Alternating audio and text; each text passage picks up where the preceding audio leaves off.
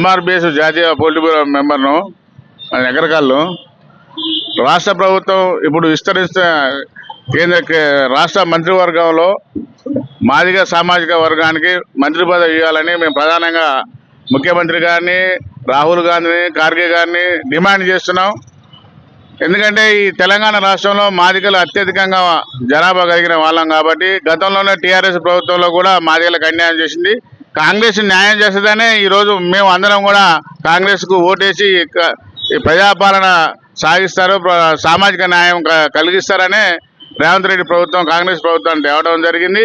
అందులో భాగంగా ఇప్పుడు విస్తరిస్తున్న మంత్రివర్గంలో మాదిగ సామాజిక వర్గానికి చెందిన సీనియర్ నాయకుడు 2 దఫాలుగా ఎమ్మెల్యేగా అయిన మన గౌరవ శ్రీ ఏమ్ల వీరేశం గారికి మంత్రి పదవి ఇస్తే సముచితంగా ఉంటుంది.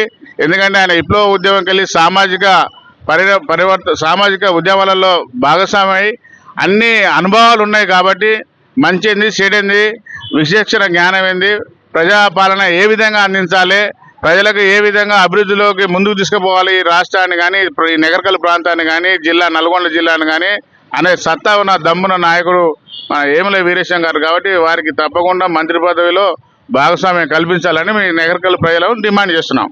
భాగంగానే తుంగతుర్తి కాన్స్టిట్యూషన్ సంబంధించి మన మందుల సామెలు పెరిగిన పడుతుంది. మందుల సామెలు కూడా మా సామాజిక వర్గం వ్యక్తే కానీ ఆయన అనుభవం తక్కువ కాబట్టి సీనియర్కే ప్రియారిటీ ఇవ్వాలి కదా. అందులో భాగంగా సీనియర్ కాబట్టి 2 దఫాలుగా ఎమ్మెల్యేగా ఉన్నాడు కాబట్టి ఆయనకు అనుభవం ఉన్నది కాబట్టి అందులో సామాజిక పరిస్థితులు అన్ని అవశోధన చేసుకునే శక్తి ఉన్నది కాబట్టి వీరికి సముచిత స్థానంగా మేము భావిస్తున్నాం. మీరు మొత్తం ఉమ్మడిగా ఎస్సీ సామాజిక వర్గానికి చూసుకుంటే అయితే 9% ఉంది. అదేవిధంగా ఉపకులాలు చూసుకుంటే 1% ఉంది. వాళ్ళకి మంత్రివర్గంలో చోటు దక్కింది. ఇప్పుడు 9% ఉన్న మీ మంత్రివర్గంలో ఇంకా ఎవరైనా ఆశిస్తున్నారా మంత్రివర్గం? ఉపకులానికి మంత్రివర్గం రావడం కూడా మాకు చాలా ఆనందం. ఇప్పుడు ఉన్న మంత్రివర్గాన్ని అట్లే దామోదర్ రాజనరసింహ గారిని అదే విధంగా కొనసాగిస్తూ అదనంగా మాకు మంత్రి వర్గాల్లో మాకు స్థానం కల్పించాలని ప్రభుత్వాన్ని కోరుతున్నాం, డిమాండ్ చేస్తున్నాం. అదేవిధంగా సంబంధించి ఎమ్మెల్యే గీట మంత్రివర్గంలో చోటు దక్కుతుందనే ఆశాభావం వ్యక్తం చేస్తారు. దీనిపైన ఏమంటారు? ఆశాపడటంలో తప్పు లేదు, ఎవరైనా ఆశపడవచ్చు.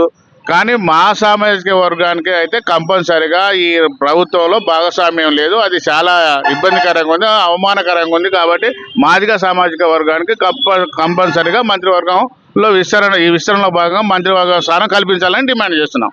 మరిన్ని ట్రెండింగ్ వీడియోల కోసం News18 తెలుగు యూట్యూబ్ ఛానల్ను సబ్స్క్రైబ్ చేసుకోండి.